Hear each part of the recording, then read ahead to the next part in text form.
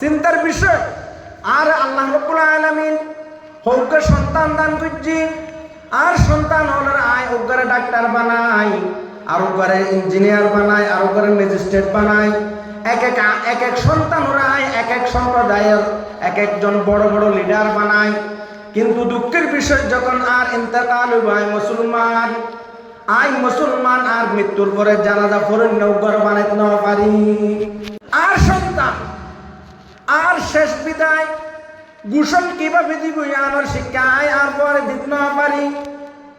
আর পর কিভাবে গোসল দিব, জানাজার নামাজ পড়াইবি আয় শিক্ষা দিতে না পারি। অথচ যখন মুর্দারে গোসল করায় তখন মুর্দা ডাক মারি এ আর ভাই হে আর সন্তান, তোমরা যারা আরে গোসল করো আর তোমরা হালকা করে ধরো, নরম হাতে ধরো।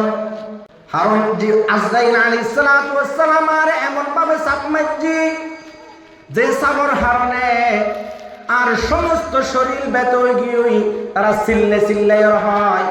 রাসূলুল্লাহ সাল্লাল্লাহু আলাইহি ওয়াসাল্লাম ফরমান, তার এই চিল্লানির আওয়াজ দুনিয়ার সমস্ত পশু পাখি সমস্ত প্রাণী শুনে ইল্লা সালাইন, কিন্তু জিন্নাত এবং ইনসান ছাড়া, মানুষ এবং জিন ছাড়া পৃথিবীর সমস্ত প্রাণী শুনে, মানুষও শুনে।